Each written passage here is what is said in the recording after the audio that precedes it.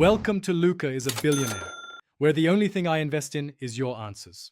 You begin by verifying the essentials so the process moves fast, your Aadhar number or VID, and the mobile that's linked to it.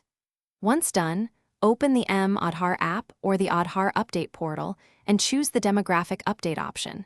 This triggers OTP verification to confirm it's you.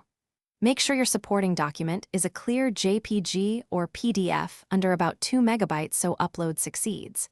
Enter the OTP promptly. This step authenticates your session and lets you proceed to edit fields.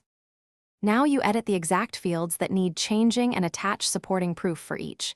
Choose name, address, date of birth, or contact details as needed. Upload images or PDF proofs. Crop and rotate inside the app so text is readable, and ensure file size meets limits. Once uploaded, preview every changed field carefully. Mismatches between the field and document are the most common reason for rejection. If paying a small processing fee is prompted, complete it to allow the update request to move forward. Finish by submitting the update and immediately note the update request number. This URN is how you track status online. Download the acknowledgement PDF and save it.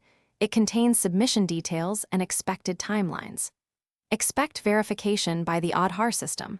Once approved, you can download the updated e-Aadhar.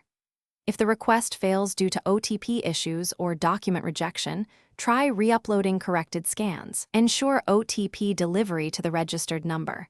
And if problems persist, visit the nearest Aadhar center with originals for an in-person update. Thanks for watching and please subscribe. It's the best investment you'll ever make.